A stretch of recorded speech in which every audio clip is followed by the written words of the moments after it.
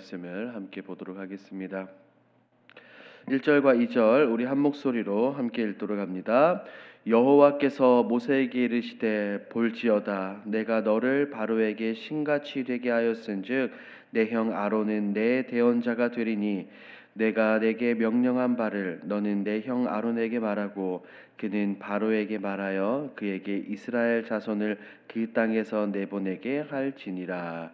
아멘. 오늘 본문 말씀은 출애굽 사건을 준비하는 아주 중요한 이 사건의 전환점이 되는 본문입니다. 하나님께서는 이 땅에 보내신 모세와 아론을 통해 애굽에 내리실 재앙과 이스라엘 백성들의 구원을 예고하고 계시죠. 특히 하나님은 다른 것이 아니라 바로의 마음을 완악하게 하실 것을 미리 이제 모세와 아론에게 알려 주십니다. 그리고 애굽에 내릴 10가지 재앙들을 통해 백성들을 구원하실 것을 미리 말씀하십니다. 오늘 본문 말씀이 무엇을 말하는지 우리 함께 살펴봅니다. 내용 관찰 1번입니다.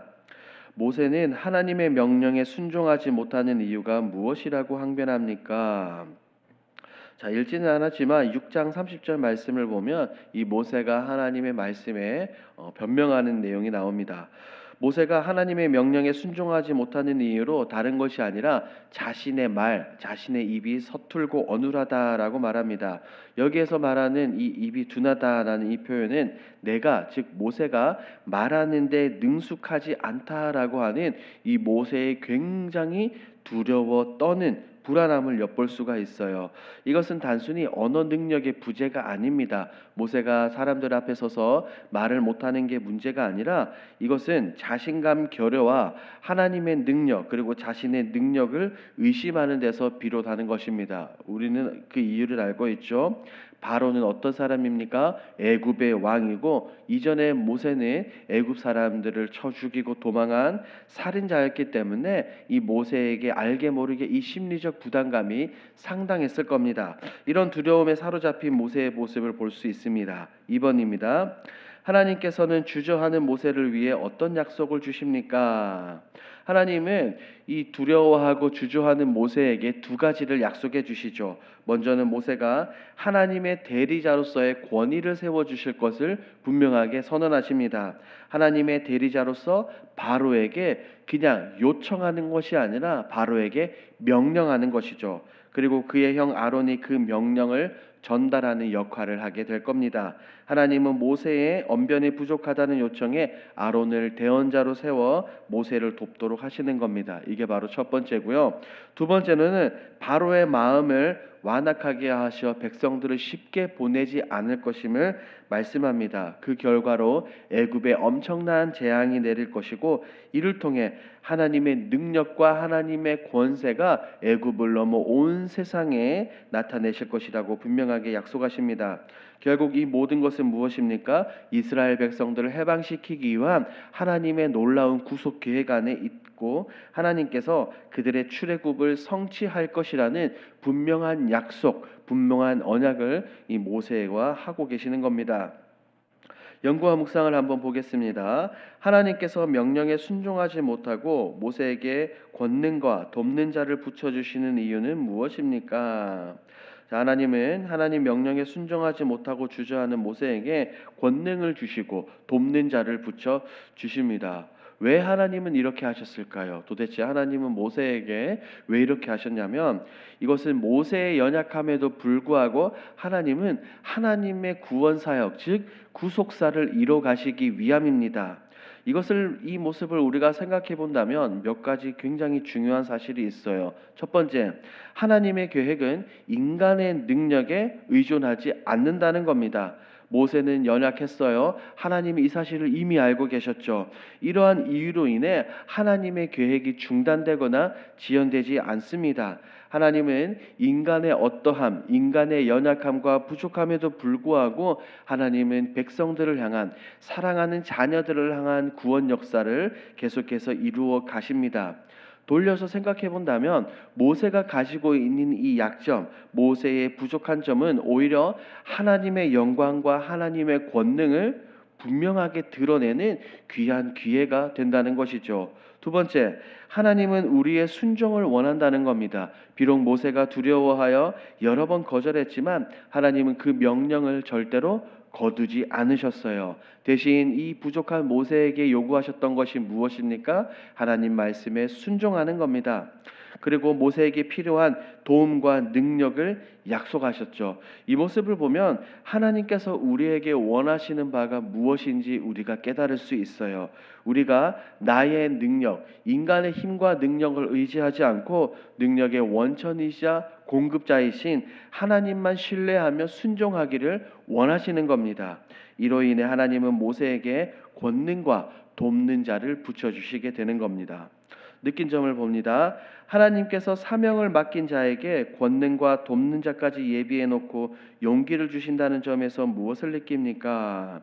하나님의 이런 모습, 하나님의 세심한 돌보심과 신뢰할 수 있는 계획으로 인해 너무 감사하죠. 앞서 말씀을 드린 것처럼 하나님은 이미 이 모세의 연약함과 두려움을 아시고 그에게 필요한 모든 것을 준비해 두셨습니다. 모세의 마이너스, 모세의 연약함, 약점을 미리 채우셨죠.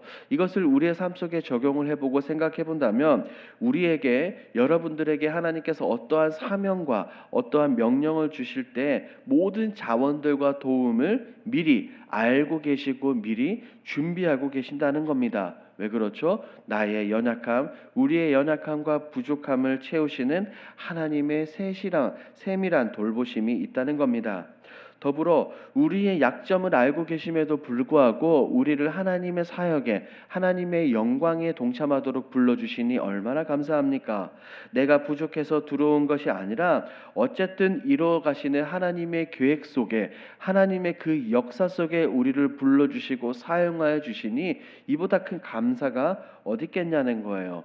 우리 하나님은 완벽한 사람이 아니라 하나님의 말씀에 어쨌든 순종하고 아멘으로 엎드리고 있는 사람을 찾고 계신다는 것을 깊이 생각을 해봅니다. 더불어 순종할 때, 하나님의 말씀에 순종할 때 역사하시고 모든 것을 채워주시는 하나님의 모습을 보니 우리가 이 땅을 살아가며 어떤 일에도 두려워할 필요가 없다는 것도 깨닫게 됩니다. 모든 것을 미리 아시고 모든 것을 미리 준비하시는 하나님을 보며 큰 격려와 용기를 얻게 됩니다.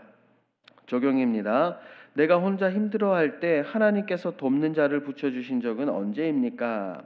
하나님은 언제나 우리에게 이렇게 모든 것을 준비해 두십니다. 우리가 무엇을 하든지 간에 언제나 힘들 때 하나님은 세 가지로 우리를 도와주셔요. 우리에게 피할 길을 주시고 도울 자를 붙여주시고 우리가 그 모든 것을 이길 힘을 우리에게 주십니다. 피할 길, 도울 자, 이길 힘입니다. 우리가 얼마 전에 살펴본 이 사무엘 상하 말씀을 보면 다윗과 요나단의 모습을 통해서 우리가 깨닫게 되었죠. 다윗은 사울의 미움을 받아 죽음의 위협을 당할 때 요나단은 그를 돕는 친구이자 그의 돕는 자가 되었습니다. 사울의 아들이었음에도 불구하고 다윗을 보호했고 도왔습니다. 또한 신약 말씀을 보면 바울과 바나바를 예로 들 수 있죠. 바울이 처음 회심했을 때 사도들과 교회는 그를 믿지 않았습니다. 하지만 바나바는 바울을 믿고 그를 사도들에게도 데려가 변호하면서 이 즉 바울의 회심을 인정받게 했습니다. 그렇기 때문에 바울의 초창기 사역에 큰 도움이 되었던 바나바입니다. 이처럼 하나님은 사랑하는 백성들이 어려움, 고난, 아픔 중에 있을 때 늘 돕는 자를 붙여주셔서 우리를 도우시고 격려하시는 분입니다. 그러니 우리가 어찌 이 하나님을 신뢰하지 않을 수 있겠습니까? 마지막 결단을 봅니다. 하나님께서 예비하신 동력자와 권능을 힘입어 내게 맡기신 일을 이루기 위해 무엇을 실천하겠습니까? 간략하게 본다면 두 가지 정도가 있겠죠. 첫 번째, 온전히 하나님만 의지하는 겁니다. 내가 가진 부족함, 연약함에도 불구하고 하나님께서 내게 부어주시고 내게 채워주실 것을 믿고 의지하는 겁니다. 내 힘이 아니라 하나님의 능력, 하나님의 권능을 의지하며 모든 것을 하나님께, 모든 상황을 하나님께 맡겨버리는 겁니다. 두 번째, 내게 붙여진 동력자와 소통하며 협력하는 겁니다. 나 혼자 모든 것을 이뤄나가는 것이 아니라 하나님께서 붙여주신 사람들과 소통하며 협력하며 사역해야 합니다.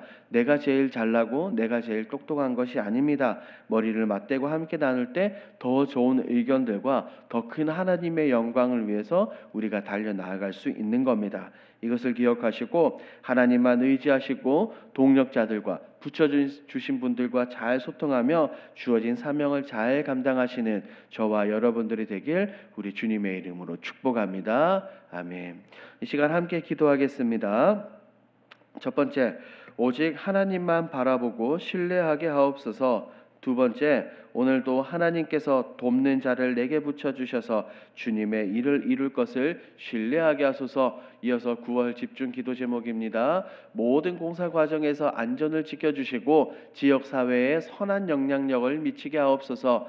리모델링을 진행할 때 넉넉한 재정 확보가 이루어지게 하시고 모든 성도들이 합심하여 감당하게 하옵소서. 이와 같은 공동 기도 제목으로 기도하시고 여러분들이 가지고 오신 개인 기도 제목으로 우리 자유롭게 기도하시다가 돌아가겠습니다. 우리 주여 힘차게 부르시고 기도합니다. 주여